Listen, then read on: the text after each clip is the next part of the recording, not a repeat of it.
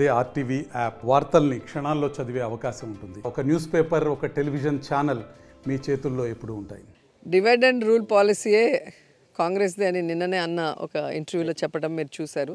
రాష్ట్రాన్ని విడగొట్టి సర్వనాశనం చేశారు. అలాగే ఈరోజు కుటుంబాన్ని కూడా విడగొట్టి రాజకీయం చేయాలనుకుంటున్నారు. కానీ ఆవిడ మాట్లాడే మాటలు, ఆవిడ వేషధారణ చూస్తే Congress getup, Telugu Desam party speech అనేది స్పష్టంగా అర్థమవుతుంది. చంద్రబాబు నాయుడు రాసి ఇచ్చిన స్పీచ్నే ఈరోజు మాట్లాడుతుంది. మీరు చూస్తే ఈ రాష్ట్రంలో 1వ కృష్ణుడు, 2వ కృష్ణుడు, 3వ కృష్ణుడు అయిపోయింది, ఇప్పుడు 4వ కృష్ణుడు. చంద్రబాబు నాయుడు అయిపోయింది, పవన్ కళ్యాణ్ అయిపోయింది, లోకేష్ అయిపోయింది, ఇప్పుడు షర్మిలమ్మ వచ్చింది. అంతే తేడా.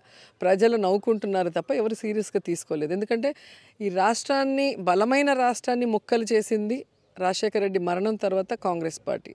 అలాగే ఈ రాష్ట్రంలో కాంగ్రెస్ రాష్ట్రంలోనూ కేంద్రంలో రావడానికి కారణమైన రాజశేఖర రెడ్డి గారి పేరుని ఆయన మరణించిన తర్వాత ఎఫ్ఐఆర్లో పెట్టి అవమానించింది కాంగ్రెస్ పార్టీ. వైఎస్ఆర్ కుటుంబాన్ని మరి ఏ విధంగా రోడ్డు మీద కూర్చోబెట్టి ఏడిపించి జగనన్న మీద తప్పుడు కేసులు పెట్టి జైల్లో పెట్టింది అదే కాంగ్రెస్ పార్టీ. కాబట్టి ప్రజలు అన్నీ గమనిస్తున్నారు. ప్రత్యేక హోదా రాకపోవటానికి పార్లమెంట్లో తలుపులేసి ఏ విధంగా రాష్ట్రాన్ని విడగొట్టారు ఎవరు మర్చిపోలేరు. కాబట్టి ఆ పార్టీ తరఫున ఎవరు ప్రచారం చేసినా వాళ్ళు జీరో అవుతారు. ఇప్పుడు షర్మిల కూడా అదే మాట అంటుంది. ఏదైతే రాజశేఖర రెడ్డి ఆశయాలను తూట్లు పడిచే విధంగా ఆయన కొడుకు జగన్మోహన్ రెడ్డి నడుచుకుంటున్నటువంటి పరిస్థితి, ఇటు బీజేపీతో లాలూచిగా మారి తల ఉంచి చేస్తున్నటువంటి చేష్టలు ఇవన్నీ. జగనన్నకి బీజేపీతో లాలూచి పడాల్సిన అవసరం లేదు, అండ్ కాంగ్రెస్తో జతకట్టాల్సిన అవసరం కూడా లేదు. ఆయన సింహం సింగిల్గానే వస్తాడు. ఈ విధంగా పార్టీలు పెట్టి విలీనాలు చేసి పక్క రాష్ట్రాలకు వచ్చి ఇంకో పార్టీ కండు వేసుకొని ఇంకోటి చేయాల్సిన అవసరం జగనన్నకు లేదు. వైసీపీ పార్టీని నా భుజాన వేసుకొని పాదయాత్ర చేశాను. వైసీపీ పార్టీని నా పాదయాత్రతో నా ఇంటిని, నా బిడ్డల్ని పక్కన పెట్టి 3200 కిలోమీటర్లు పాదయాత్ర చేసి ఆ పార్టీని నిలబెట్టాను. వైసీపీ పార్టీకి ఏ అవసరం వచ్చినా నేను అండగా నిలబడ్డాను. ఆ పార్టీని అధికారంలోకి తెచ్చాను. ఈ రోజు కనీస కృతజ్ఞత లేకుండా ఈ రోజు నా మీద, నా వ్యక్తిగత జీవితం మీద, నా పేరు మీద నానా రకాలుగా నా మీద దాడి చేస్తున్నారు. అయినా చెప్తున్నాం, భయపడేది కాదు రాజశేఖర రెడ్డి బిడ్డ.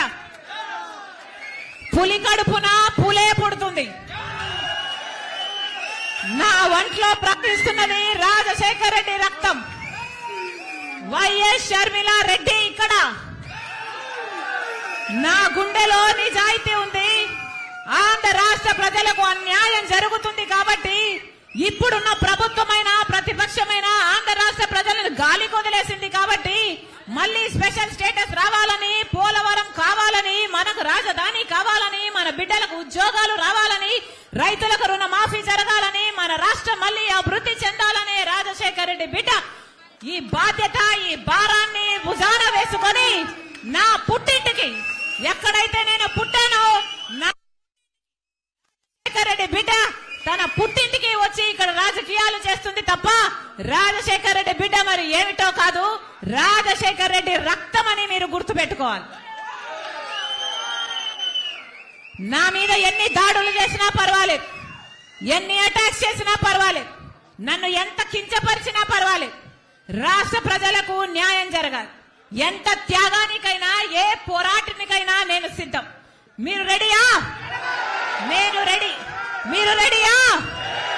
నేను రెడీ. మీరు రెడీయా? మీరు రెడీయా?